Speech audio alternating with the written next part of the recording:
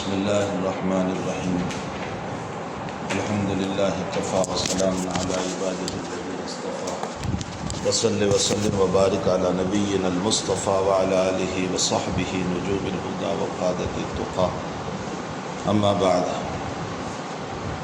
بالسند المتصل قال المصنف رحمہ اللہ تعالی کتاب العلم.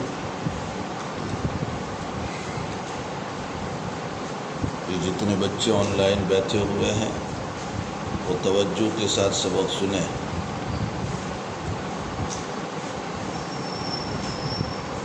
کھیل کود کے ساتھ اور گھومتے پھرتے سبق نہ سنیں. حدیث شریف کی عظمت کرو.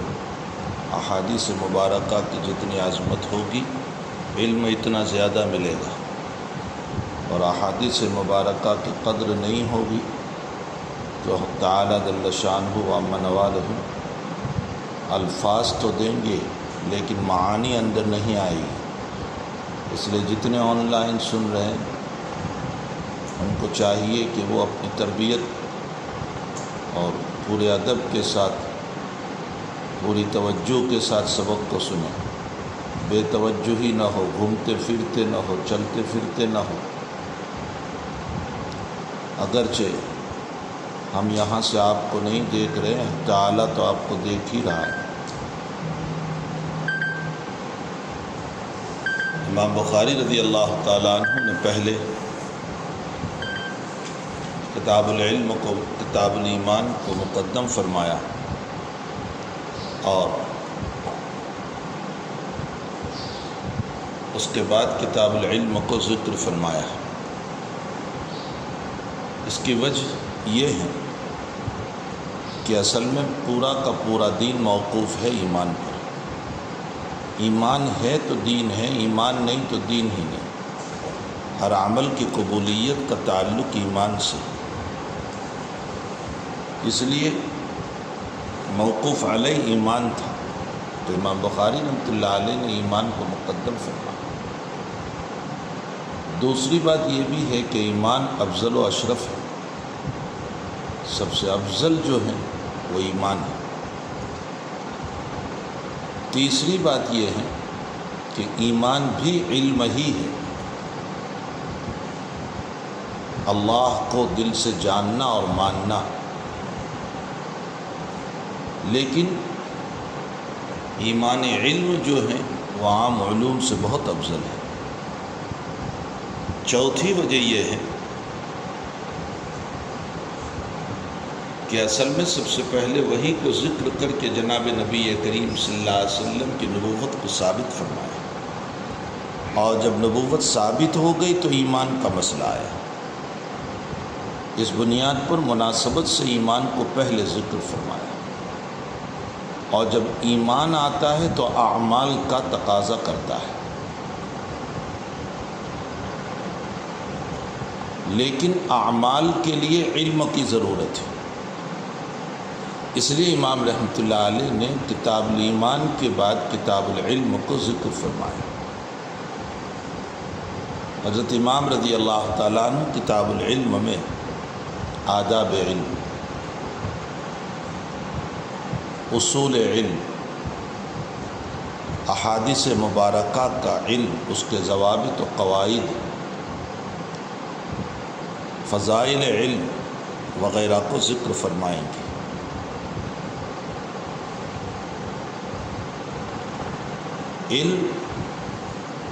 علم کا معنی ہوتا ہے جاننا.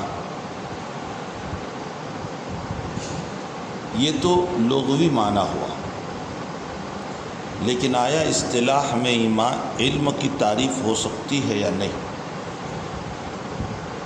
بعض اکابر تو فرماتے ہیں کہ علم کی تعریف نہیں ہو سکتی. یہی رائے فخر الدین رازی رحمۃ اللہ علیہ، امام الحرمین رحمۃ اللہ علیہ، حضرت الامام غزالی رحمۃ اللہ علیہ، ابو بکر ابن عربی رحمۃ اللہ علیہ وغیرہ کی ہے کہ علم کی تعریف ہو ہی نہیں سکتی، اس لیے کہ علم ایک ضروری اور نظری چیز ہے. علم کی تعریف کرو گے تو پھر اس تعریف کے لیے اور ایک تعریف کی ضرورت پڑے گی، پھر اس کے لیے اور ایک تعریف کی ضرورت پڑے گی، تو علم کی تعریف ہو ہی نہیں سکتی۔ لیکن بعض اکابر کی رائے یہ ہے کہ اگرچہ علم ایک ضروری اور نظری چیز ہے، لیکن علم کی تعریف ممکن ہے، ہو سکتی ہے۔ اب علم کی کیا تعریف ہوگی؟ بعض اکابر نے علم کی تعریف یہ فرمائی، صفتٌ توجب تمیزا لا يحتمل النقیض فی الامور المعنویہ، صفتٌ توجب تمیزا لا يحتمل النقیض فی الامور المعنویہ۔ علم ایک ایسی صفت ہے جو ایک چیز کو دوسری چیز سے اس طرح ممتاز کر دیتی ہے جس میں پھر نقیض کا احتمال نہیں رہتا، یعنی مقابل کا احتمال نہیں رہتا۔ امور معنویہ میں صفت کہہ کر اشارہ کر دیا کہ علم کوئی جسم نہیں ہے، علم صفت ہے، جیسے کالا ہونا، گورا ہونا، سفید ہونا، یہ صفت ہے۔ اسی طرح علم بھی ایک صفت ہے، کوئی جسم نہیں ہے۔ توجب تمیزا لا يحتمل النقیض کہہ کر ظنیات سے استثناء کر لیا، ظن کو علم نہیں کہا جائے گا۔ مثلا میں یوں کہوں ہاں یہ بھی ہو سکتا ہے، ہاں یہ بھی ہو سکتا ہے، یہ علم نہیں، یہ ظنیات ہے۔ میرا گمان یہ ہے، یہ علم نہیں۔ علم تیقن کو کہتے ہیں، یقین کے ساتھ جاننے کو کہتے ہیں۔ تو توجب تمیزا لا يحتمل النقیض کہہ کر ظنیات کا استثناء کر، اور پھر امور المعنویہ کہہ کر حواس سے خمسہ کا استثناء کر لیا، یعنی آنکھ، ناک، زبان، کان وغیرہ سے علم حاصل ہوتا ہے، لیکن یہ علم کیسا ہے؟ ظاہری طور پر، معنوی نہیں ہے۔ واقعی طور پر آپ نے زبان پر رکھا تو آپ کو علم ہوا، اگر زبان پر نہ رکھتے تو علم کیسے ہوتا؟ گلاب کا پھول سونگا تو علم ہوا، ورنہ کیسے آپ کو علم ہوتا؟ تو امور معنویہ کا لفظ بڑھا کر استثناء فرما دیا حواس سے خمسہ سے۔ ان باتوں کو سمجھنے کے بعد اور ایک تعریف سمجھو۔ حضرت الامام مالک رحمۃ اللہ علیہ فرماتے ہیں، لیس العلم بکثرت الروایات انما العلم نور ینقذہ اللہ تبارک و تعالی علی قلب من شاء۔ علم بہت ساری روایتوں کو یاد کر لینے کا نام نہیں کہ مجھے 200 روایتیں محفوظ ہو گئی، 300 روایتیں محفوظ ہو گئی، 400 روایتیں میں نے یاد کر لی، یہ علم نہیں ہے، بلکہ یہ ایک نور ہے۔ اللہ تعالیٰ جس کے قلب پر ڈالتا ہے، جس کو چاہتا ہے اس کے قلب پر ڈالتا ہے، علی قلب من شاء۔ معلوم یہ ہوتا ہے کہ علم نام ہے ہدایت کا، جس کے قلب میں علم کی روشنی آتی ہے وہ نمازی ہوتا ہے، وہ حلال کھانے والا ہوتا ہے، وہ شریعت پر چلنے والا ہوتا ہے، وہ اعمال قبیحہ، اعمال سیئہ اور اعمال حسنہ میں فرق کرتا ہے۔ جیسے رات کے اندھیرے میں آپ ٹارچ لے کر چلو تو آپ کو روشنی معلوم ہوتی ہے، راستہ معلوم ہوتا ہے، اسی طرح علم کے ذریعے سے ضلالت اور ہدایت کا راستہ معلوم ہو، وہ علم ہے۔ آپ نے 500 روایتیں یاد کر لی لیکن نماز نہیں پڑھتے تو آپ کو ہدایت اور رہنمائی کہاں ہوئی؟ ہم نے 1000 روایتوں کو محفوظ کر لیا، یاد کر لیا، لیکن ہم چوری سے نہیں بچتے، زنا سے نہیں بچتے، بدکاری سے نہیں بچتے، بد نظری سے نہیں بچتے، گناہ کے کام سے نہیں بچتے، تو علم کہاں ہے؟ یہ علم نہیں ہے، اس کو معلومات کہتے ہیں۔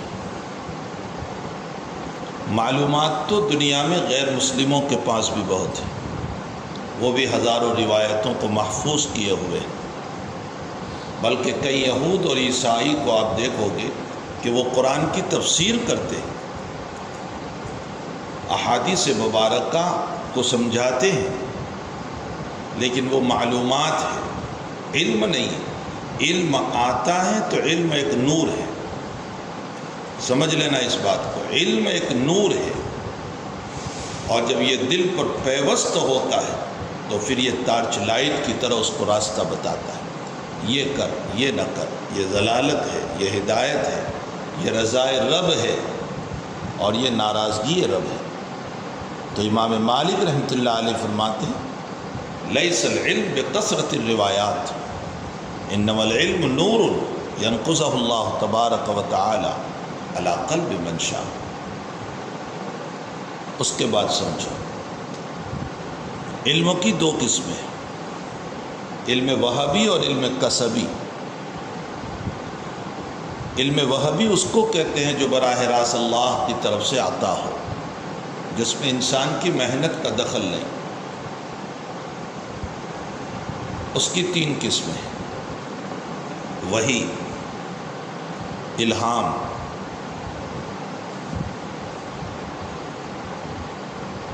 اور فراست۔ وحی پر آپ مفصل گفتگو پہلے پڑھ چکے، الاشارۃ السریعۃ الخفیہ،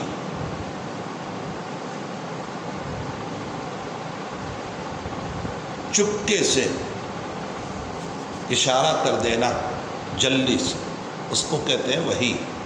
باقی وحی کی تفصیلی گفتگو تو آپ نے وہاں سنی۔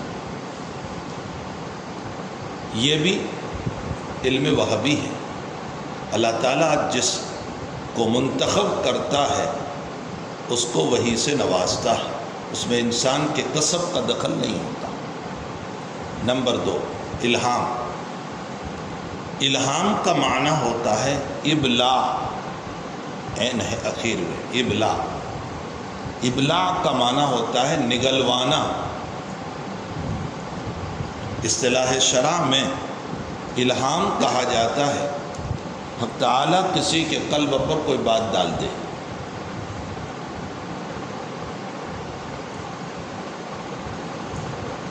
لیکن اس کے لیے شرط ہے اس کا ورع اور تقوی، اس کو الہام کہا جاتا ہے۔ نمبر 3، فراست۔ فراست کا معنی ہوتا ہے کسی کے چہرے مہرے کو دیکھ کر، کسی کے رفتار و گفتار کو دیکھ کر اندازہ لگانا کہ اس کا مزاج ایسا ہوگا، اس کی طبیعت ایسی ہوگی، یہ چڑچڑاپن والا ہوگا، یہ وسیع الظرف ہوگا، یہ سخی ہوگا۔ اس کو کہا جاتا ہے فراست۔ یہ بھی اللہ کی طرف سے ایک عطا ہے کہ اللہ تعالیٰ بہت سی مرتبہ اپنے کچھ بندوں کو فراست عطا فرماتے ہیں، جو کبھی چہرے کو دیکھ کر، کبھی ناک کو دیکھ کر، کبھی آنکھوں کو دیکھ کر انداز لگا لیا کرتے ہیں اس کے مزاج کا۔ ہمارے حضرت کو بہت زبردست فراست تھی۔ ایک صاحب آئے، ملاقات لی، حضرت نے پوچھا کہاں سے؟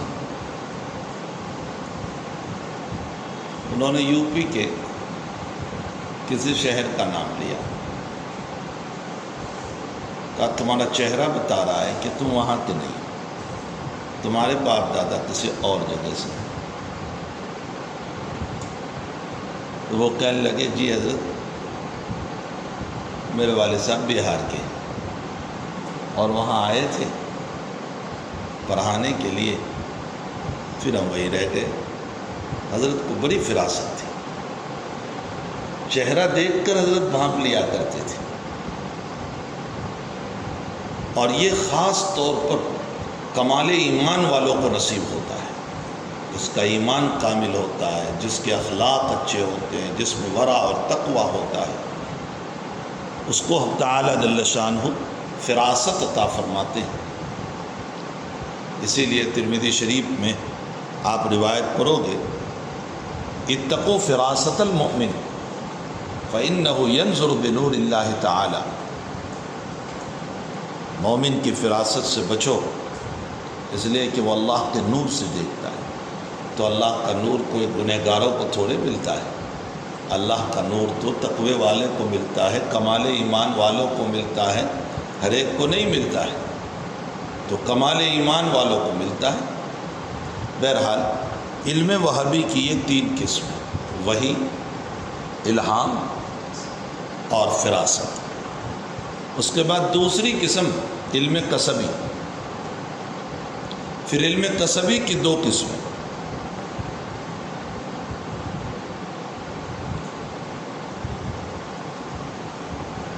علم شرعی اور علم غیر شرعی۔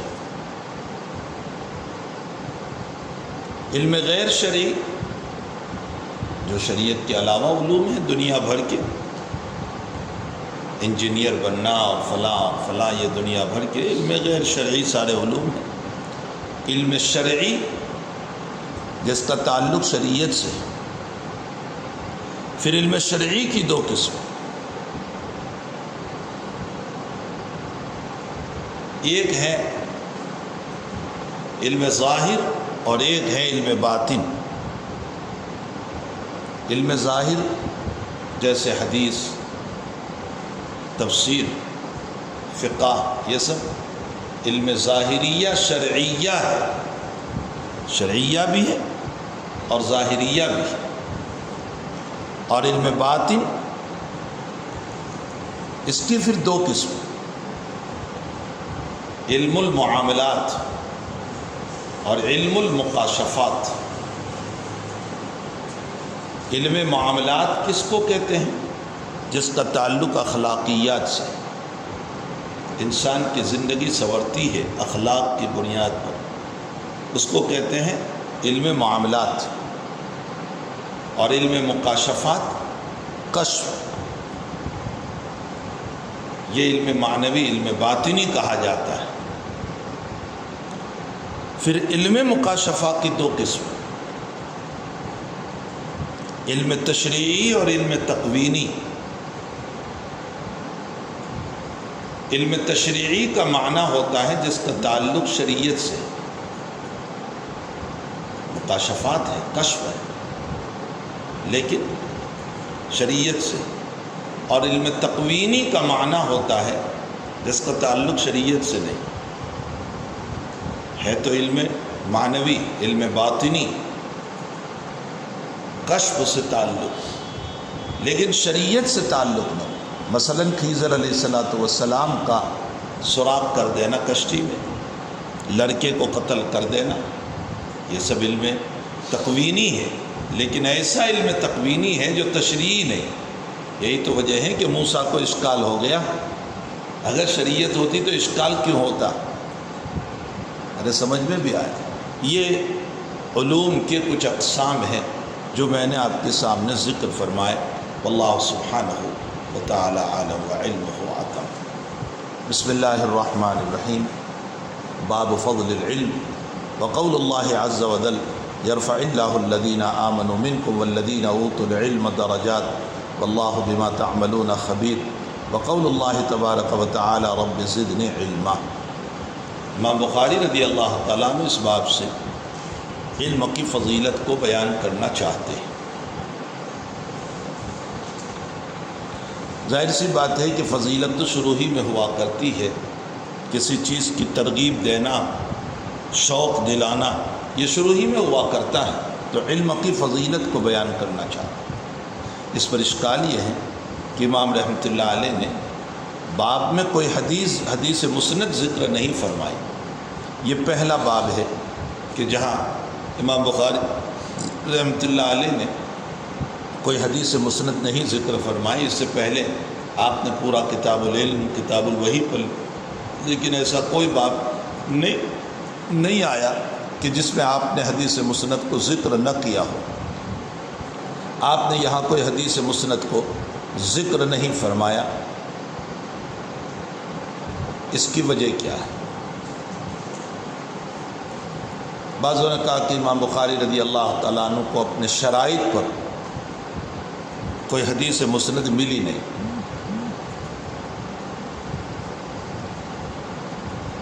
بعض کہتے ہیں امام رحمۃ اللہ علیہ کو موقع نہیں ملا،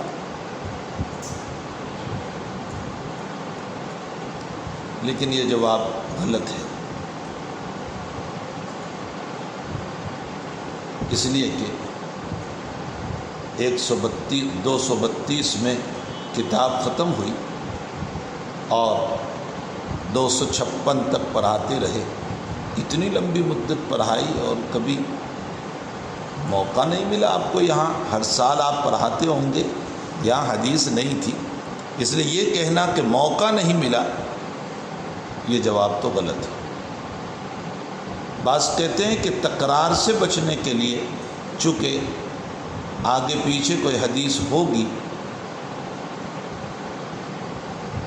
اب اسی حدیث کو دوبارہ اس باب میں بھی ذکر کر دیتے تو تکرار ہو جاتی، تو ترک تکرار کی بنیاد پر آپ نے حدیث شریف کو چھوڑ دیا۔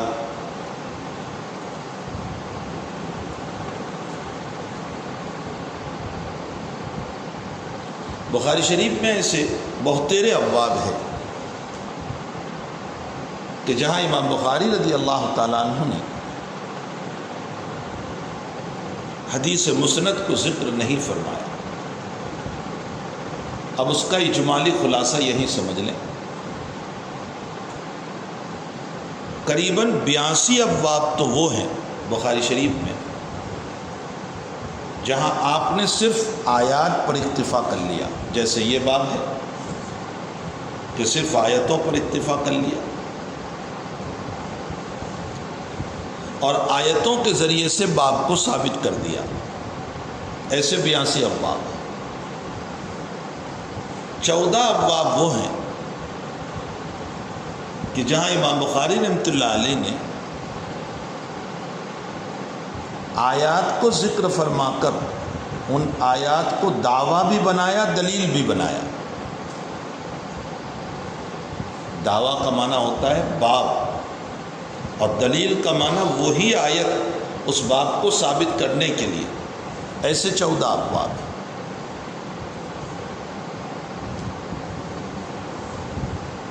تو 96 ابواب ہو گئے،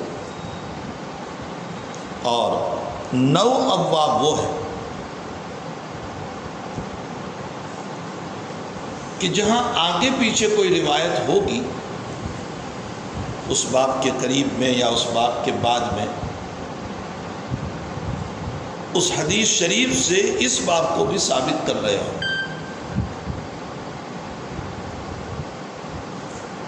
تو 105 ابواب ہو گئے۔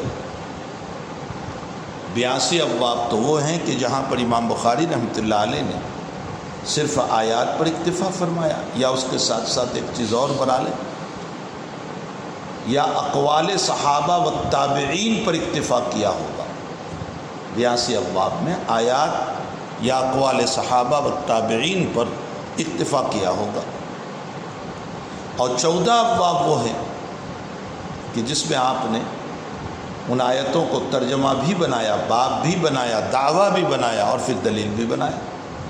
اور 9 ابواب وہ ہیں کہ جہاں اس سے آگے پیچھے کوئی حدیث ہوگی اس کی طرف اشارہ کر دیا، اور اس باب کے تحت اس حدیث کو ذکر نہیں کیا، ترک تکرار کے لیے، تاکہ تکرار نہ ہو جائے۔ اب یہاں امام بخاری رضی اللہ تعالیٰ عنہ علم کی فضیلت کو کیسے ثابت فرما رہے ہیں؟ حدیث مسند کو تو ذکر کیا نہیں، اقوال صحابہ و تابعین کو بھی ذکر نہیں کیا، صرف 2 آیتوں کو ذکر کیا ہے۔ علامہ عینی رحمۃ اللہ علیہ تو فرماتے ہیں کہ یہ باب ہی صحیح نہیں، باب و فضل العلم ہے ہی نہیں، اس لیے کہ علم کی فضیلت تو جو باب ہے وہ آگے آ رہا ہے صفحہ 18 یا 19ویں صفحے پر، فضیلت علم کا باب تو آگے آ رہا ہے، اس لیے یہ باب غلط ہے، باب فضل العلم کسی نے اپنی طرف سے اضافہ کر دیا، اور آیتوں کا تعلق کتاب العلم سے ہے۔ عنوان جو ہے نا کتاب العلم بسم اللہ الرحمن الرحیم، یرفع اللہ الذین آمنوا منکم والذین اوتوا العلم درجات، اور رب زدنی علما، تو کتاب العلم سے باب صحیح نہیں، اس لیے کہ باب فضل علم تو آگے آ رہا ہے۔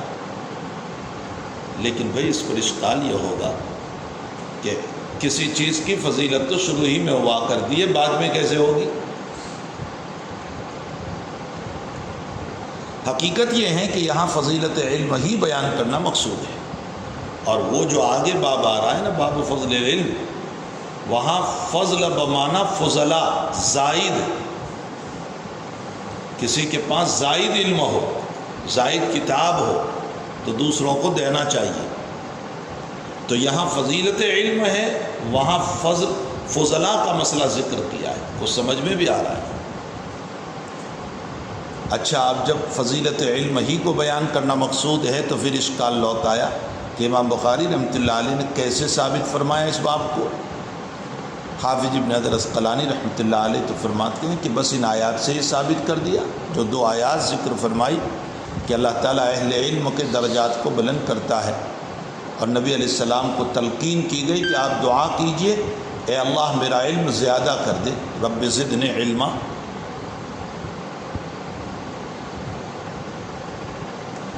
حضرت گنگوہی نور اللہ مرقدہ فرماتے ہیں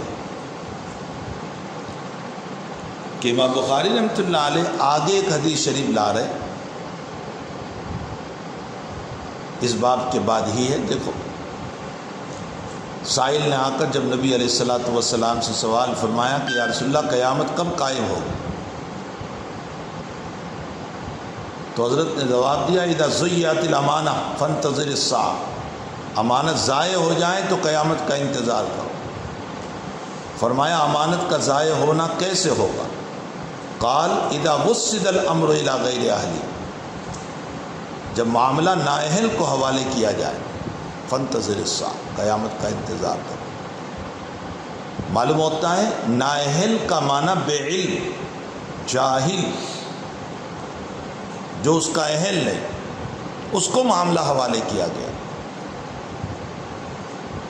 معلوم یہ ہوتا ہے کہ علم ہوگا تو امانت ضائع نہیں ہوگی، اور علم نہیں ہوگا اور جہالت ہوگی تو امانت ضائع ہوگی، اور جب امانت ضائع ہوگی تو قیامت قائم ہو جائے گی۔ تو وقوع قیامت جہالت پر ہے، اور جب تک دنیا میں علم ہے وہاں تک قیامت کا وقوع نہیں ہوگا، یہ علم کی فضیلت ہے۔ تو امام بخاری رحمۃ اللہ علیہ نے یہاں ترک حدیث فرمایا، چونکہ آگے باب کے اندر جو حدیث آ رہی تھی اذا وسد الامر الى غیر اہلہ فانتظر الساعہ، اس سے یہ مسئلہ ثابت ہو رہا تھا، اس سے امام بخاری رضی اللہ تعالیٰ عنہ نے اس حدیث شریف کی طرف اشارہ فرما دیا، کچھ سمجھ میں بھی آیا۔ واللہ سبحانہ وتعالی عالم۔ جی بسم اللہ الرحمن الرحیم۔ باب من سئل علما وهو مستدل في حديثه فاتم الحديث ثم عجب السائل وفيه قال حدثنا محمد۔ اب یہ کہ اس باب میں جو دو آیتیں ذکر فرمائی اس سے علم کی فضیلت کیسے ثابت ہوئی، اور یہی تقریر راجع بھی ہے بھائی کہ ان دونوں آیتوں ہی پر امام بخاری نے اکتفا فرما کر اسی سے ثابت فرمایا۔ اللہ جل شانہ تم میں سے مومنوں کے درجات کو بلند کرتا ہے، اور جو اہل علم ہے اس کے درجات تو الذین اوتوا العلم، یہ ایمان والوں میں آئے تھے یا نہیں؟ ارے یرفع اللہ الذین آمنوا میں اہل علم بھی تو داخل ہے، یرفع اللہ الذین آمنوا میں اہل علم آ گئے، پھر ان کو علیحدہ کیوں بیان کیا؟ تخصیص بعد التعمیم یہ فضیلت پر دلالت کرتا ہے۔ اہل علم اہل ایمان میں داخل تھے، اس کے باوجود ان کو مستقل ذکر کرنا علم والوں کو، یہ ان کی فضیلت کی دلیل ہے۔ باب ثابت ہو گیا۔ نمبر 2، نبی اکرم صلی اللہ تعالیٰ علیہ وسلم کو جس دعا کی تلقین کی گئی اللہ کی طرف سے، وہ یہ نہیں کہا اللہ میرے اعمال بڑھا دے، میرے تقوی بڑھا دے، رب زدنی علما، میرا علم بڑھا دے، میرا علم زیادہ کر دے۔ تو علم آخر کوئی چیز ہے، تبھی تو اس کی زیادتی کی دعا کرائی گئی۔ لیکن میں نے آپ کو پہلے بتایا کہ یہاں علم بمانا معلومات نہیں، علم بمانا نور، جس کے ذریعے سے ہدایت ملتی ہے، رہنمائی ملتی ہے۔ انسان علم کے آنے کے بعد ضلالت سے اپنے آپ کو بچاتا ہے، گناہوں سے اپنے آپ، وہ علم مراد ہے، یہ دنیا کی معلومات مراد نہیں۔ اسی لیے آج بہت سارے لوگوں کے پاس بڑا علم ہے، لیکن دیکھو تو زندگی میں نماز نہیں، تقویٰ نہیں، ورع نہیں، پرہیزگاری نہیں، گناہوں سے بچنا نہیں، آنکھوں کا گناہ، کانوں کا گناہ، خلوتوں میں، تنہائیوں میں نہ معلوم کیسے کیسے گناہ۔ معلوم یہ ہوتا ہے ان کے پاس علم نہیں ہے، بلکہ ان کے پاس معلومات ہے۔ تو نبی علیہ السلام کو جس علم کی زیادتی کی تلقین کی گئی، وہ علم ہے جو نور والا ہے، تو سمجھ میں بھی آئے۔ ان دونوں آیتوں کے ذریعے سے امام بخاری رحمۃ اللہ علیہ نے علم کی فضیلت کو ثابت فرمایا۔ جی، باب من سئل علما وهو مشتغل في حديثه فأتم الحديث ثم عجب السائل وبه قال حدثنا من سئل علما، ایک آدمی سے سوال کیا گیا اور وہ اپنی بات میں مشغول تھا، تو اس نے اپنی بات کو، اپنی حدیث کو پورا کیا، پھر سائل کا جواب دیا۔ میں نے بتایا کہ آداب علم، اصول علم، قواعد علم، احادیث مبارکہ کے قواعد امام بخاری اس میں ذکر فرمائیں گے۔ یہاں یہ اصول بیان کرتے ہیں کہ ایک آدمی بات میں مشغول تھا، درس میں مشغول تھا، پڑھانے میں مشغول تھا، اور کسی نے آ کر سوال کر لیا، تو آیا اس سائل کے سوال کا جواب پہلے دیں یا اپنی بات کو پہلے پوری کر لیں؟ امام بخاری رحمۃ اللہ علیہ فرماتے ہیں پہلے اپنی بات کو پوری کر لیں، فاتم الحدیث، اپنی بات کو پوری کر لیں، اور بات پوری کرنے کے بعد پھر سائل کے سوال کا جواب دیں۔ اصل ہوتا یہ تھا کہ پہلے طلبہ جب آتے تھے بڑے شائق ہوتے تھے، بڑا شوق رکھتے تھے، بس آتے ہی استاذ محترم کو کہتے تھے حضرت حدیث پڑھائیے، حضرت حدیث۔ اب استاذ محترم کسی بات میں ہوا کرتے تھے یا کسی مسئلے کے بیان کرنے میں، تو اصول بتایا کہ اگر استاذ محترم کسی بات میں لگے ہوئے ہیں تو اس صورت میں استاذ محترم اپنی بات کو پوری کریں، پھر اس کا جواب دیں، اس کو حدیث پڑھائیں، اس کو سبق پڑھائیں۔ یہ بد اخلاقی نہیں ہے، امام بخاری یہ بتانا چاہتے ہیں، یہ بد اخلاقی نہیں ہے۔ یہاں سے ایک مسئلہ یہ بھی معلوم ہوا، حافظ ابن حجر عسقلانی رحمۃ اللہ علیہ فرماتے ہیں کہ اس باب میں امام بخاری نے دو باتوں کی طرف اشارہ کیا۔ ایک تو یہ ہے کہ استاذ کسی بات میں مشغول تھے اور آپ نے بیچ میں سوال کر لیا، تو استاذ اگر اپنی بات کو پوری کرتا ہے اور پھر آپ کو جواب دیتا ہے تو استاذ کو اجازت ہے، یہ بد اخلاقی نہیں۔ ایک مسئلہ تو یہ بتایا۔ دوسرا مسئلہ اس باب میں امام بخاری رحمۃ اللہ علیہ یہ بتا رہے کہ اگر طالب علم نے دوران گفتگو آپ سے کوئی سوال کر لیا تو استاذ کو چاہیے کہ ناراض نہ ہو۔ دیکھو دو باتیں، دوران گفتگو شاگرد نے اگر سوال کیا تو استاذ کو چاہیے ناراض نہ ہو،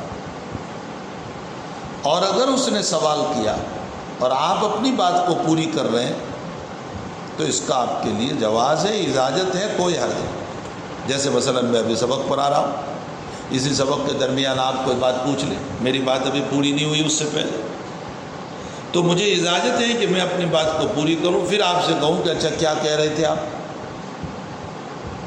کچھ سمجھ میں آیا۔ یہ حافظ ابن حجر عسقلانی رحمۃ اللہ علیہ کی تقریر ہے جو اس باب کے اوپر ذکر فرمائے۔ حضرت شاہ ولی اللہ صاحب رحمۃ اللہ علیہ فرماتے ہیں کہ امام بخاری رضی اللہ تعالیٰ عنہ اس باب سے یہ بتانا چاہتے ہیں کہ اگر شاگرد نے سوال کیا اور استاذ کسی گفتگو میں مشغول تھا تو استاذ اپنی بات میں لگا رہا، بعد میں پھر اس کا جواب دیا، یہ کتمان علم میں داخل نہیں ہے، علم کے چھپانے میں داخل نہیں۔ نمبر 3،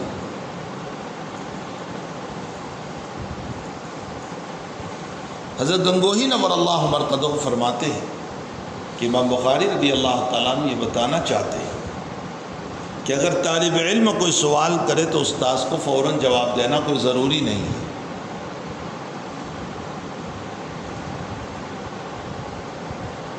واللہ سبحانہ وتعالی عالم وعلمہ اعلم. جی وبه قال حدثنا محمد بن سنان قال حدثنا فلان قال وحدثني ابراهيم بن المنذر قال حدثنا محمد بن فلان قال حدثنا ابي قال حدثني هلال بن علي عن طيب بن يسار عن ابي هريره رضي الله عنه قال بينما النبي صلى الله عليه وسلم. یہاں امام بخاری رضی اللہ تعالیٰ عنہ نے 2 سند پیش کی. محمد ابن سنان قال حدثنا فلیح، ایک سند ہو گئی. پھر دوسری سند حدثنا ابراہیم ابن المنذر قال حدثنا محمد ابن فلیح. ایک میں محمد ابن فلیح سے نقل کرنے والے ابراہیم ابن منذر ہے اور ایک میں فلیح سے نقل کرنے والے محمد ابن سنان ہے. یہاں سند ثانی کے الفاظ ہے روایت میں. ارے ابراہیم ابن منذر کے الفاظ ہے یہاں حدیث شریف. اور سند اول محمد ابن سنان حدثنا فلیح حدثنا ابی قال حدثنی ہلال. سند اول کے الفاظ کتاب الرقاق میں یہ روایت 2 بار آئے گی. تو کتاب الرقاق میں سند اول کے الفاظ ہیں. جی قال بينما النبي صلى الله عليه وسلم في مجلس يحدث القوم حضرت جاء عربي. مجلس میں تشریف فرما تھے اور گفتگو فرما رہے تھے.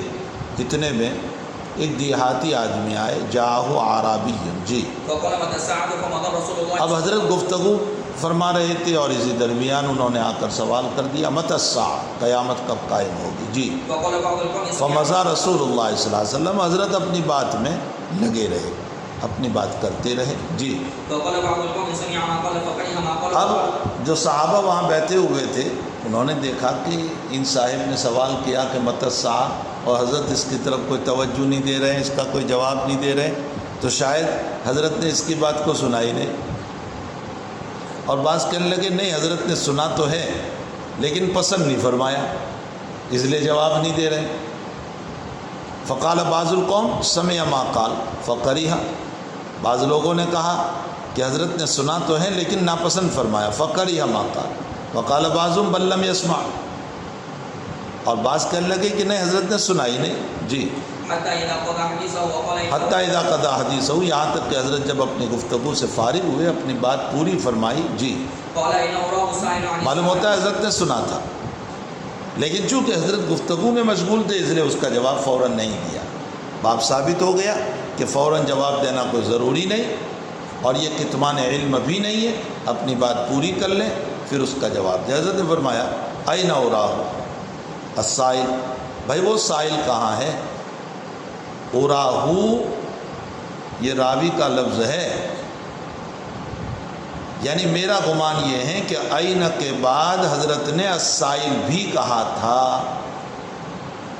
سمجھ، اوراہو کوئی حدیث کا لفظ نہیں ہے، یہ راوی کا لفظ ہے. این السائل مطلب یہ ہے جس نے قیامت سے متعلق سوال کیا. جی قال ها انا يا رسول الله. فرمایا جی حضرت میں یہاں بیٹھا ہوا. جیسے ہم کہتے ہیں نا اگر استاد پوچھے کہ بھائی فلاں صاحب کہاں ہے، آپ کہتے جی میں یہاں بیٹھا ہوا. تو وہ صحابی کہنے لگے، دیہاتی تھے، کہنے لگے جی یا رسول اللہ میں یہاں ہوں. جی قال فاذا ضيعت الامانه فانتظر الساعه. حضرت نے فرمایا فاذا ضيعت الامانه فانتظر الساعه، جب امانت ضائع ہونے لگے تو قیامت کا انتظار کرو. جی فقال كيف اضاعتها. قال اذا فرمایا امانت کا ضائع ہونا کیسے ہوگا؟ فرمایا اذا وسد الامر الى غیر اہلہ. وسد اعتماد کرنا، بھروسہ کرنا. تکیے کو کیا کہا جاتا ہے عربی میں؟ وسادہ. وسادہ اسی لیے کہا جاتا ہے کہ اس پر آپ سر رکھ کر اعتماد کرتے ہیں، اس پر سر رکھتے ہیں، گویا بھروسہ کیا گیا اس پر. تو وسد جب معاملے میں اعتماد کیا جائے نااہل پر، الی غیر اہل، اسی کا ترجمہ کر دیا گیا جب معاملہ حوالے کیا گیا غیر اہل کے. فانتظر الساعہ، تو قیامت کا انتظار کرو. معلوم ہوتا ہے وقوع قیامت نااہلوں کے مسائل پر ہوں گے، اور نااہل کی باتیں کرنا یہ بے علم کی دلیل ہے، اور بے علم ہوتے ہیں تو اس صورت میں غلط مسائل ہوتے ہیں. معلوم ہوتا ہے جب تک دنیا میں علم رہے گا وہاں تک وقوع قیامت کا مسئلہ نہیں ہوگا. جی باب من رفع صوته بالعلم وبه قال باب من رفع صوته بالعلم. امام بخاری رضی اللہ تعالیٰ عنہ فرماتے ہیں تعلیم و تعلم کے موقع پر آواز کو بلند کرنا چاہیے، اس لیے کہ بھئی سبق پڑھانا ہے تو ظاہر سی بات ہے کہ آواز کو تو ذرا بلند کرنا ہی پڑے گا۔ اصل میں امام ایک اشکال کا جواب دینا چاہتے ہیں، اور وہ اشکال یہ ہے کہ قرآن کریم میں حق تعالیٰ جل شانہ فرماتے ہیں وَاغْضُضْ مِن صَوْتِكَ إِنَّ أَنكَرَ الْأَصْوَاتِ لَصَوْتُ الْحَمِيرِ، اپنی آواز دھیمی رکھو، اس لیے کہ بری آواز یہ گدھوں کی آواز ہے۔ نبی علیہ الصلوۃ والسلام کی صفت مبارکہ بخاری شریف میں آپ پڑھو گے لیس بصخاب فی الاسواق، آپ بازار میں چلانے والے نہیں تھے۔ تو اس آیت اور اس حدیث مبارکہ کی بنیاد پر یہ معلوم ہوتا ہے کہ بہت زور سے بولنا نہیں چاہیے۔ تو قرآن اور آیت حدیث تو منع کر رہی ہے کہ زور سے بولنا نہیں چاہیے، تو اس کا مطلب یہ نکلا کہ درس پڑھانے کے موقع پر بھی زور سے نہ بولو۔ امام بخاری رحمۃ اللہ علیہ فرماتے ہیں کہ بقدر ضرورت زور سے بولنا چاہیے، جتنی ضرورت ہے اتنا زور سے بولو۔ میں نے قید لگا دی کہ جتنی ضرورت ہے اتنا زور سے بولو۔ معلوم ہوتا ہے کہ بہت زیادہ بلا ضرورت کے زور سے چلا کر کے تقریر نہیں کرنا چاہیے، بولنا نہیں چاہیے۔ حضرت عطاء خراسانی رحمۃ اللہ علیہ کا جملہ ہے،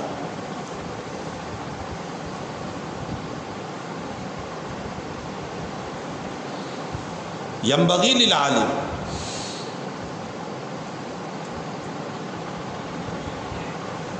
اللہ یعدو صوتہ من مجلسہ، عالم کے لیے مناسب یہ ہے اللہ یعدو صوتہ من مجلسہ، کہ اس کی آواز اس کی مجلس سے باہر نہ جائے۔ سنو کیا کہہ رہے ہیں، بعض لوگ طلبہ 10 بیٹھے ہیں اور چلا تاکہ ادھر والا بھی سنے ادھر والا بھی سنے، ناظم بھی سنے فلاں بھی سنے، چلا کر تقریر کرتے۔ بھئی تمہارے چلانے کی وجہ سے جو پڑوس میں درس دیتا ہے اس کو بھی تکلیف ہوگی، آواز ٹکرائے گی تو اس کو تکلیف ہوگی، اس کو پڑھانے میں تکلیف ہوگی۔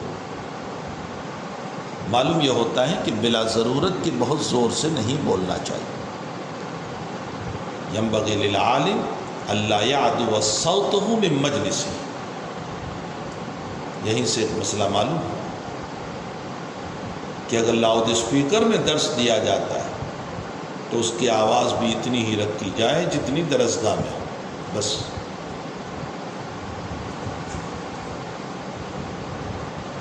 مسجد میں نماز پڑھا رہے ہیں، اولاً تو 10 مصلی ہے تو اسپیکر کی ضرورت کیا ہے، میری تو سمجھ میں ہی نہیں آتا۔ آج کل تو بس ایک فیشن بنی ہوئی ہے، 10 مصلی ہے تو بھی اسپیکر میں نماز پڑھا رہے ہیں۔ اگر کوئی یوں کہیں کہ گھروں میں مائک لگے ہیں تو وہاں بھی سنیں، تو گھروں میں مائک لگے ہیں وہ اتباع تو نماز میں ہوتی نہیں، پھر وہاں سنانے کی ضرورت کیا ہے؟ ٹھیک ہے بیان سناؤ، تفسیر سناؤ، حدیث سناؤ، یہ ساری باتیں تو سناؤ، لیکن نماز میں تو اتباع ہوتی نہیں۔ ابھی لاک ڈاؤن کے زمانے میں کسی مولوی صاحب نے فتویٰ دے دیا تھا کہ آن لائن بھی اتباع کرنا جائز ہے۔ واہ بھائی، کہ اپنے محلے کے امام کے پیچھے آن لائن اتباع کر لو۔ تو میں نے اس پر کہا کہ اچھا اگر آن لائن ہی اتباع کرنا ہے تو پھر محلے کے امام کی کیوں کریں، حرم ہی کے امام کی کیوں نہ کریں؟ بلا وجہ کے مسائل کا پتہ ہوتا نہیں اور بس ایران توران ہانپتے رہتے۔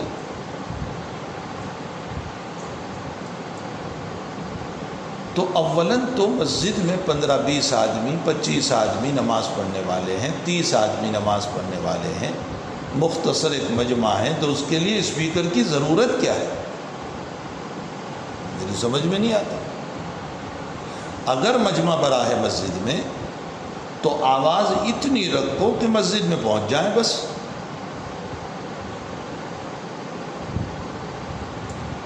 یہی وجہ ہے کہ اگر آپ ایسے محلے میں رہتے ہیں جہاں غیر مسلم بھی ہیں تو اذان میں بھی اتنے زوروں سے آواز نہ رکھو جس کی بنیاد پر غیر مسلموں کو تکلیف ہو.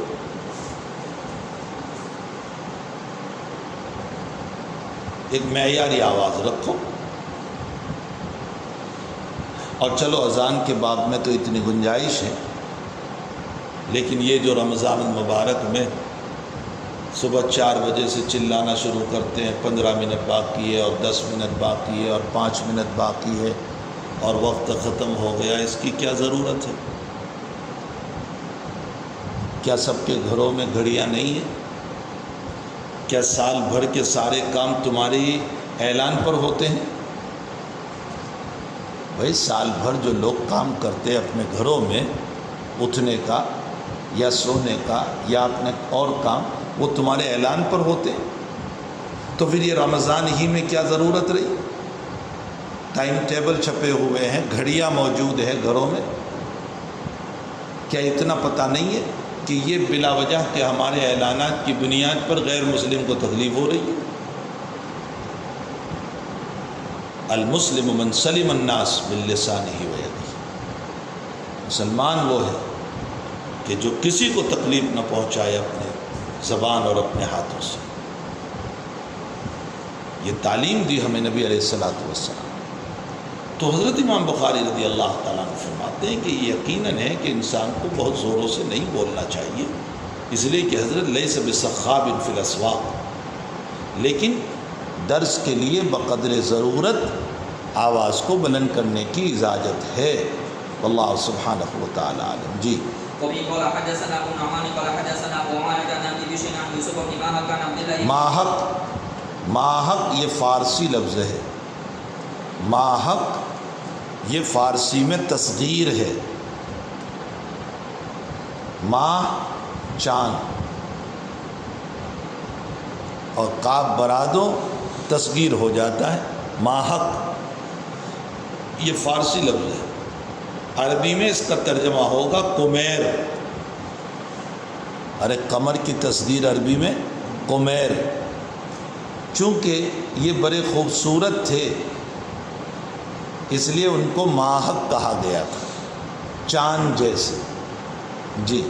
عن عبد الله بن عمرو قال تخلف عن النبي صلى الله عليه وسلم في سفرة. یہ واقعہ جو عبداللہ ابن عمرو رضی اللہ تعالیٰ عنہ بیان فرماتے ہیں کہ ہم سے نبی علیہ السلام پیچھے رہ گئے فی سفر، سافرنا ایک سفر کے اندر.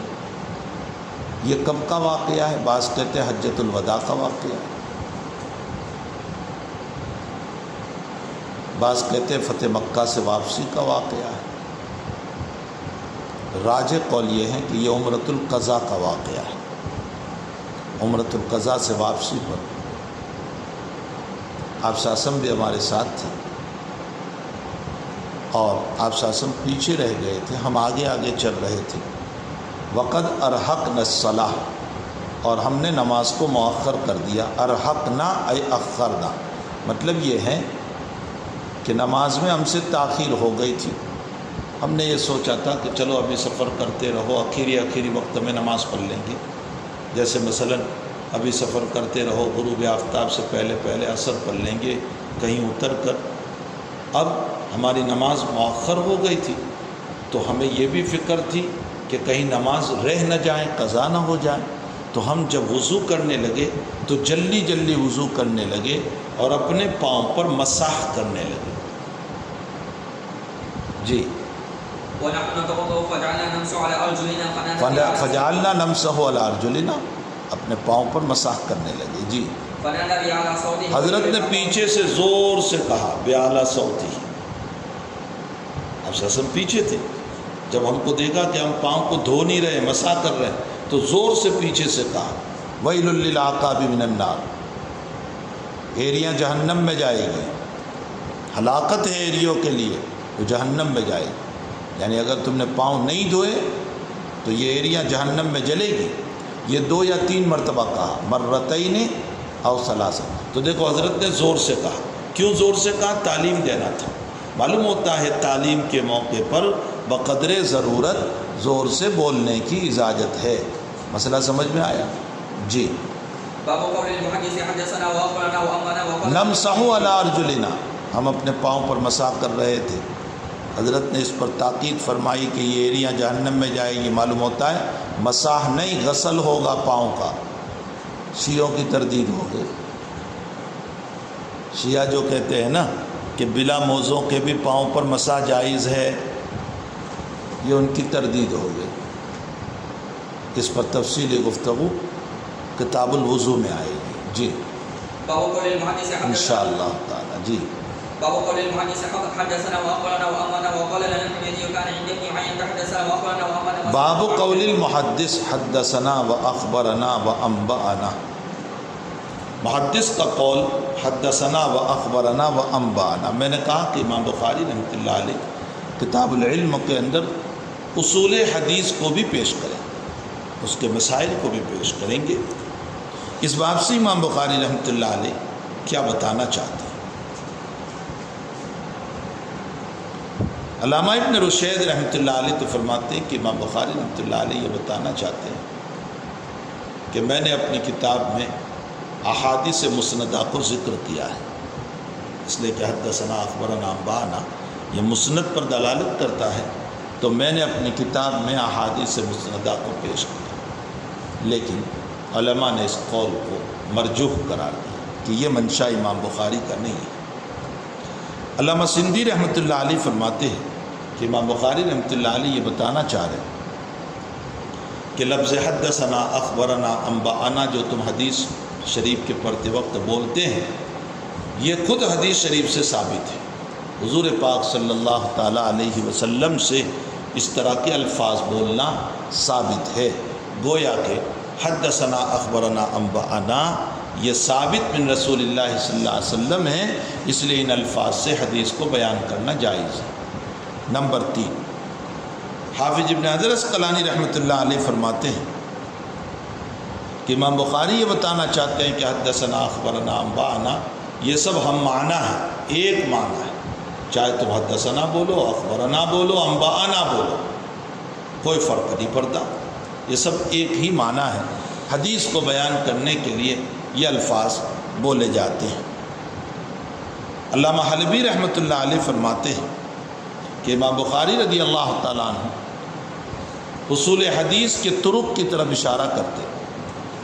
اصول حدیث کا ایک طریق یہ ہے کہ استاذ پڑھے اور شاگرد سنے، اور ایک طریق یہ ہے کہ شاگرد پڑھے اور استاذ سنے. تو کبھی حدثنا بولا جاتا ہے، کبھی انبانا بولا جاتا ہے، کبھی اخبرنا بولا جاتا ہے. تو امام بخاری رضی اللہ تعالیٰ عنہ اصول حدیث کے طرق کی طرف اشارہ کرنا چاہتے ہیں. نمبر 4،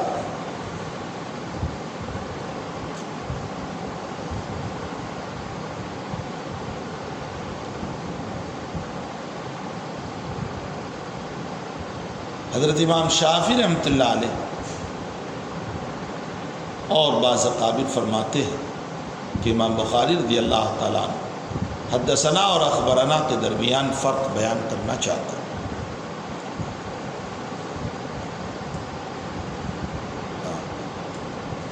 امام شافعی نے یہ قول غلط ہے. علامہ حلبی رحمۃ اللہ علیہ فرماتے ہیں کہ امام رضی اللہ تعالیٰ عنہ اس باب سے حصول حدیث کے طرق بیان کرنا چاہتے ہیں. استاذ پڑھیں اور طالب علم سنیں، اور پھر جب طالب علم بیان کرے گا تو حدثنا اگر جماعت کے ساتھ سنا ہے، اور اگر اکیلا سنا ہے تو حدثنی، اور اگر طالب علم پڑھے اور استاد سنے اور جماعت ہے اور بعد میں بیان کریں تو اخبرنا، اور اگر اکیلے نے پڑھا تو اخبرنی، گویا استاذ کا پڑھنا اس پر حدثنا اور طالب علم کا پڑھنا اس پر اخبرنا۔ آیا مساوات ہیں یا غیر مساوات ہیں؟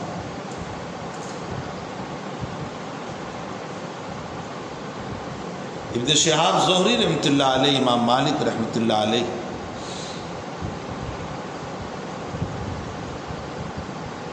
یحییٰ بن سعید القطان رحمۃ اللہ علیہ، سفیان بن عیینہ رحمۃ اللہ علیہ،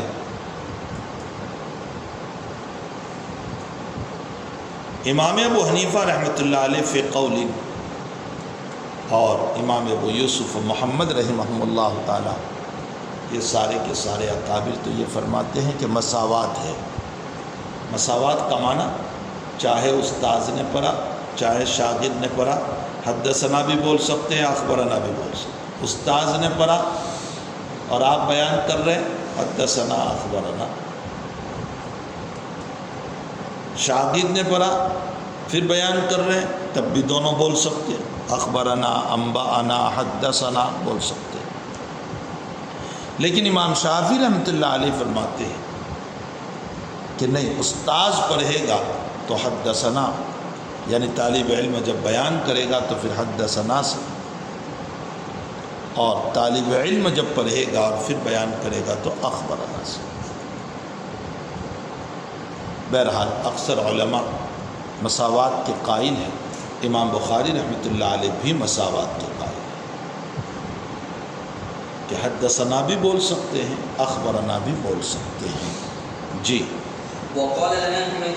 اب اس کے دلائل دیکھو۔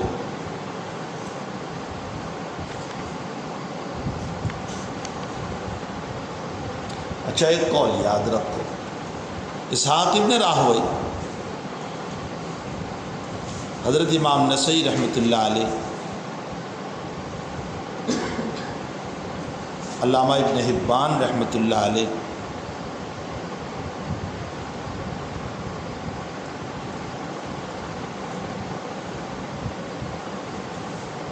فرماتے ہیں کہ اگر استاذ نے پڑھا تو اختیار ہے جو چاہے پڑھو،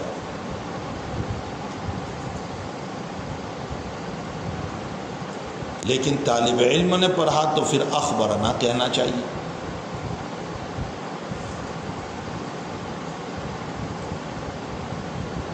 لیکن میں نے بتایا کہ حضرت امام شافعی رحمۃ اللہ علیہ، اسی طرح امام اوزاعی رحمۃ اللہ علیہ کہتے ہیں کہ نہیں، استاذ پڑھیں اور پھر طالب علم نقل کرے تو حدثنا یا حدثنی، اور طالب علم نے پڑھا اور پھر نقل کرے تو اخبرنا یا اخبرنا۔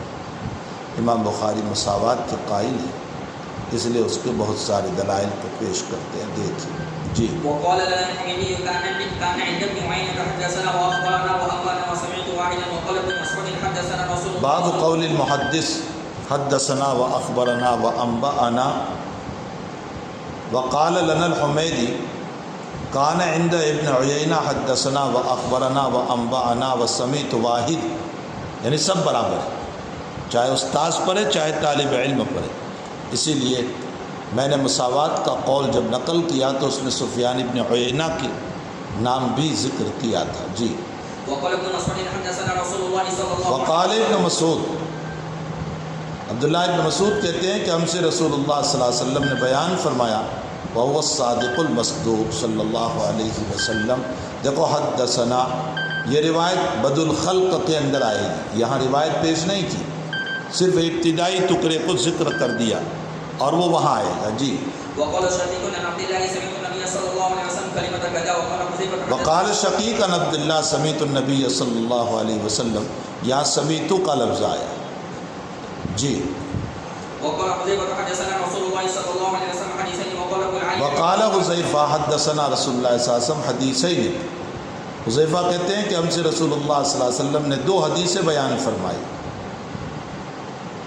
یہ جو دو حدیثوں کی طرف اشارہ فرما رہے، ایک کتاب الرقاق میں آئے گی، ایک کتاب الفتن میں آئے گی۔ جی، وقال ابو العالي عن ابن عباس عن النبي صلى الله عليه وسلم فيما يروي عن به، وقال انس ابو العالیہ عبداللہ ابن عباس عن النبی صلی اللہ علیہ وسلم نقل فرماتے ہیں، جو رب کریم سے نقل کرتے ہیں، حدیث قدسی ہے۔ جی، وقال انس عن النبي صلى الله عليه وسلم يرويه عن ربه وقال یہ جو وقال ابو العالیہ عن ابن عباس ہے نا، یہ کتاب التوحید میں آئے گی یہ روایت.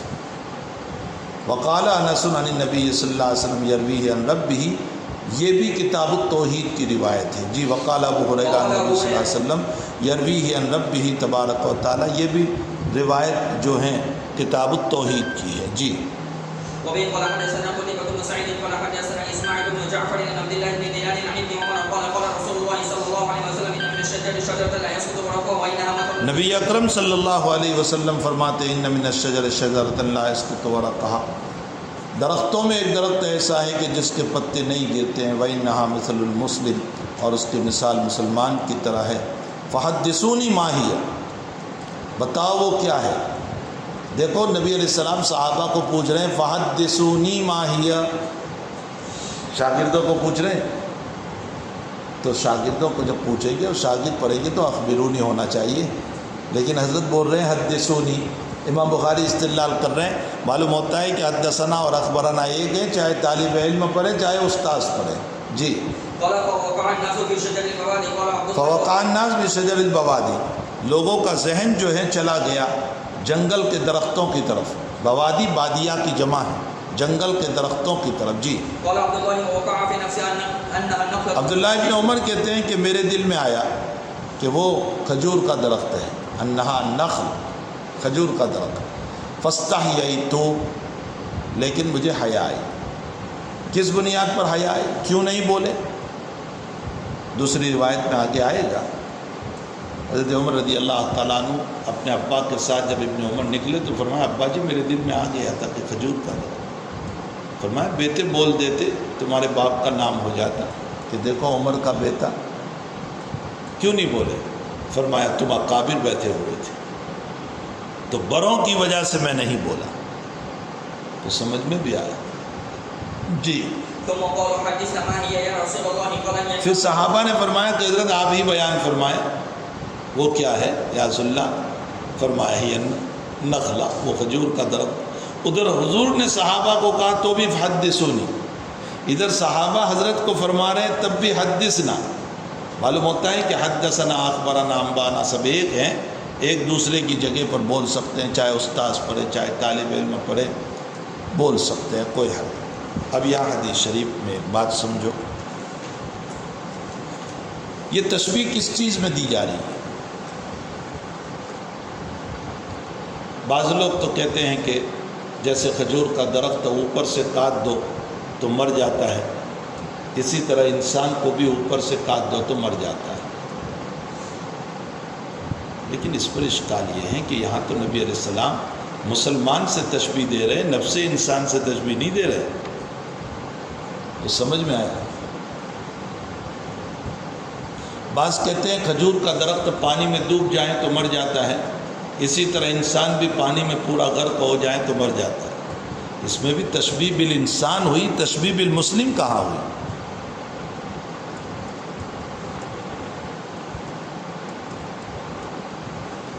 تو پھر کس چیز میں تشبیہ دی جا رہی ہے؟ اس میں 3 طرح کی روایات ملتی ہے. ایک روایت تو یہ ملتی ہے لا يسقط ورقة ولا يسقط دعوت مومن.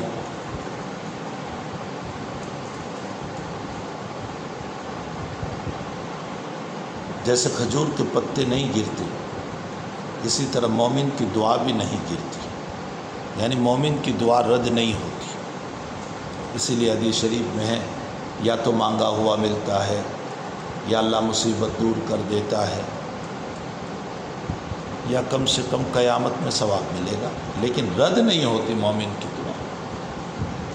تو جیسے کھجور کے پتے نہیں گرتے اسی طرح مومن کی دعا بھی رد نہیں ہوتی. یا تو تشبیہ فی دعا ہے. نمبر 2،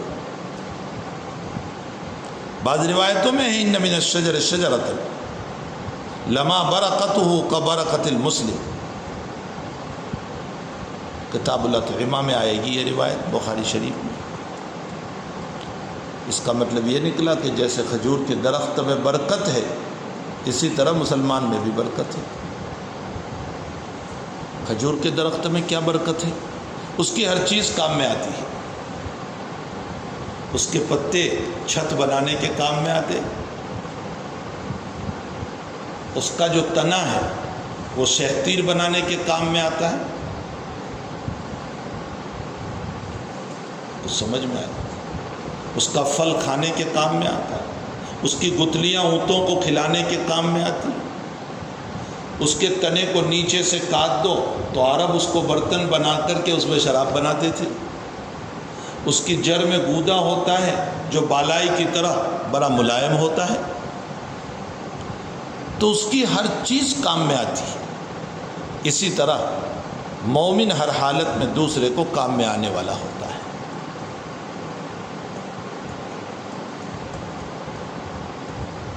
یہ ضرر پہنچانے والا نہیں ہوتا۔ تو جیسے کھجور کے درخت میں برکت ہے اسی طرح مومن میں بھی برکت ہے۔ نمبر 3 ابن حبان میں ہے کہ جیسے کھجور کا درخت اس کا تنا زمین میں ہے اور اس کی شاخ بلند آسمان کی طرف ہے، اسی طرح مومن کی مثال کشجرۃ طیبۃ اصلها ثابت وفرعها فی السماء۔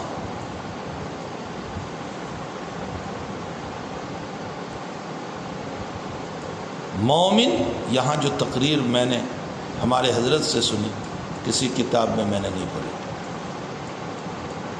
یہاں اللہ تعالیٰ مومن کی مثال دے رہا ہے شجرۃ طیبۃ اصلها ثابت، یعنی زمین میں اس کی جڑیں ہیں، وفرعها فی السماء، اور اس کے فروع اور اس کی بلندی آسمانوں میں ہے۔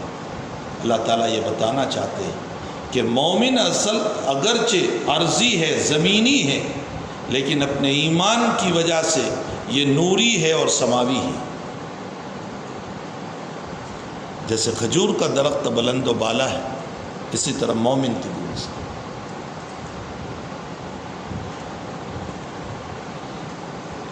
اور ایک روایت نقل کی جاتی ہے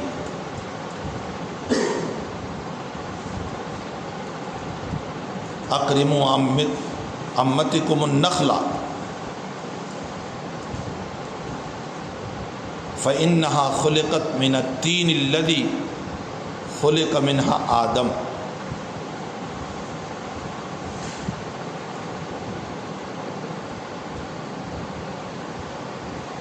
اکرام کرو تم کھجور کے درخت کا، اس لیے کہ کھجور کا درخت بنایا گیا اس مٹی کے ذریعے سے جس سے آدم علیہ السلام کو بنایا گیا، یعنی جو مٹی بچ گئی اس سے کھجور کا درخت بنایا گیا۔ اس کا مطلب تمہارے باپ کو جس مٹی سے بنایا اسی مٹی سے کھجور کے درخت کو بنایا تو باپ کی بہن ہو گئی۔ ارے کھجور کا درخت باپ کی بہن، اور باپ کی بہن کو کیا کہو گے تم؟ پھوپھی۔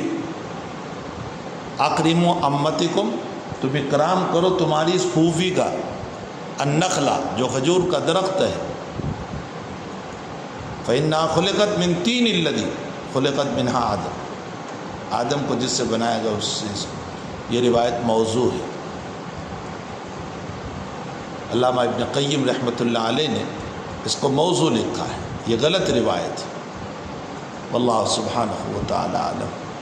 اور باقی کہ جیسے انسان عشق کرتا ہے، کھجور کے درخت میں بھی عشق کا مادہ ہے، تو یہ تو انسان سے تشبیہ ہو گئی، قرآن سے مومن سے تشبیہ تھوڑی ہی ہوئی۔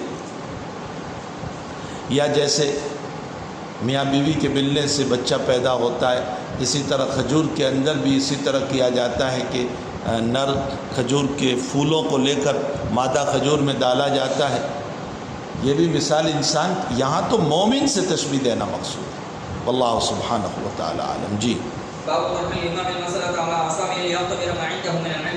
امام رحمۃ اللہ علیہ فرماتے ہیں باب طرح الامام المسئلہ، امام کو چاہیے کہ کوئی سوال اپنے شاگردوں کے سامنے رکھے، لیختبر ما عندہم، تاکہ پتہ چلے کہ ان کے پاس کتنا علم ہے۔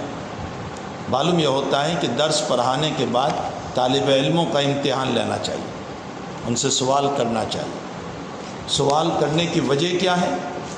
کیوں طالب علموں کو پڑھانے کے بعد سوال کریں، پوچھیں، تاکہ یہ پتہ چلے کہ یہ پڑھتے بھی ہیں یا نہیں، قوت فکریہ ان کی کیسی ہے، ان کا ذہن حاضر ہے یا نہیں۔ اس سے یہ معلوم ہوتا ہے کہ امتحان لینا جائز ہے۔ سمجھ میں بھی آیا، امتحان لینا جائز ہے، لیکن سوال ایسا کریں کہ جس میں طالب علم کو مغالطہ میں ڈالنا مقصود نہ ہو، ان کی تنقیص مقصود نہ ہو، ان کو ذلیل کرنا مقصود نہ ہو۔ حضرت معاویہ رضی اللہ تعالیٰ عنہ کی روایت، نہا رسول اللہ صلی اللہ علیہ وسلم عن الاغلوطات، حضور پاک صلی اللہ علیہ وسلم نے مغالطہ میں ڈالنے سے منع فرمایا۔ تو اغلوطات والی روایات سے اپنے آپ کو بچایا جائے۔ کسی کی تنقیص کے لیے سوال قائم کرنا، اپنی فضیلت اور برائی کے لیے سوال کرنا، اپنی شان بتانے کے لیے سوال کرنا، یہ سب ممنوع ہے، جائز نہیں ہے۔ واللہ سبحانہ و تعالی عالم۔ جی وبه قال حدثنا خالد بن مخلد قال حدثنا سليمان بن بلال قال حدثنا عبد الله بن دينار عن ابن عمر عن النبي صلى الله عليه وسلم قال ان من الشجر شجره لا يسقط ورقها وانها مثل المسلم يحدثني ما هي قال فوقع الناس في شجر الرواد قال عبد الله فوقع في نفسه انها النخله وہی روایت ہے جو ابھی اوپر پڑھی آپ نے۔ جی ثم قال حدثنا يا رسول الله ما هي قال هي النخله۔